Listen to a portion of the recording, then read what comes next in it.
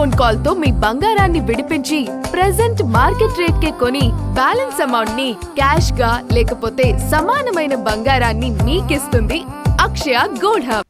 Guerrilla army chief Barse Sukka alias Deva సహా మరో 20 మంది మావోయిస్టులు రాష్ట్ర డీజీపీ శివధర్ రెడ్డి ముందు లొంగిపోయారు. సీఎం రేవంత్ రెడ్డి పిలుపుతో జనజీవన స్రవంతిలోకి వచ్చినట్లు తెలిపారు. కేంద్ర ప్రభుత్వం చేపట్టిన కగార్ ఆపరేషన్లో ఇది అతిపెద్ద ఆయుధ లొంగుబాటుగా చెబుతున్న డీజీపీ శివధర్ రెడ్డితో ఈటీవీ ముఖాముఖి.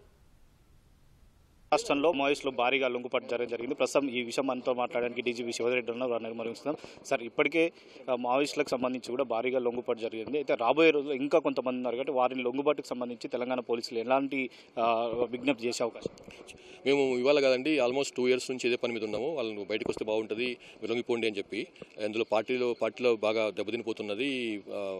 మీ ఓన్ కార్డర్స్ బయటకు వస్తున్నారు, లీడర్సే బయటకు వస్తున్నారు. కార్డర్సే కాదు, లీడర్సే బయటకు వస్తున్నారు. అటువంటిప్పుడు మీరు లోపల ఉన్న లండ్ లాభం ఏంటి అని చెప్పి మేము లాస్ట్ ముఖ్యంగా 1 year నుంచి పెద్ద ఎత్తున మేము ప్రచారం చేపట్టినాము. వాళ్ళ ఫ్యామిలీస్తో కలుస్తున్నాము, ఫ్యామిలీ వాళ్ళని కాంటాక్ట్ సంపాదిస్తున్నాము, వాళ్ళని బయటకు తీసుకొచ్చి పెట్టాము. కేంద్ర ప్రభుత్వం విధించిన టార్గెట్ లక్ష్యంగా ఆ రోజు వరకు మొత్తం తెలంగాణలో మావోయిస్ట్ రహిత రాష్ట్రంగా తీర్చిదిద్దే అవకాశాలు ఏమన్నాయి?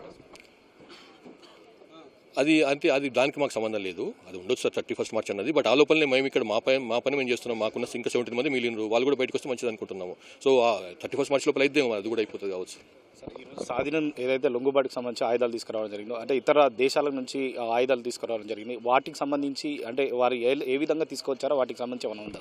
ఇందులో ఒక్క ఇజ్రాయలీ మేడ్ వెపన్ తప్పిస్తే, టేవర్ వెపన్ రైఫిల్ తప్పిస్తే మిగతా రైఫిల్ ఇక్కడ మన దగ్గర ఉన్న వెపన్స్ అవన్నీ 7.62 SLRలు కానీ, ఇన్సాస్ 5.56 ఇన్సాస్ రైఫిల్ కానీ, AK-47 రైఫిల్ కానీ, 3 LMG కానీ, ఇవన్నీ కూడా లోకల్ వెపన్స్. పోలీసుల దగ్గర ఉండే వెపన్స్ అవి, పోలీసులు మిలిటరీ వాళ్ళ దగ్గర ఉండే వెపన్స్ అవి. కాబట్టి మనకు దొరికినటువంటి టేవర్ ఇజ్రాయలీ మేడ్ వెపన్ ఎట్లా వచ్చింది అనేది వెరిఫై చేయాల్సిన అవసరం ఉంది. తెలుసు మావోయిస్టులకు సంబంధించి ఇంకా ఎవరైతే పార్టీలో ఉన్నారో వారి లొంగుబాటుకు తెలంగాణ పోలీస్ శాఖ ఎలాంటి సూచన ఇచ్చింది? ఇంకా సమయం లేదు మిత్రులారా, బయటికి రాని మీలో వాళ్ళు కూడా తొందరగా బయటకు రమ్మని మేము పిలుపునిస్తున్నాం.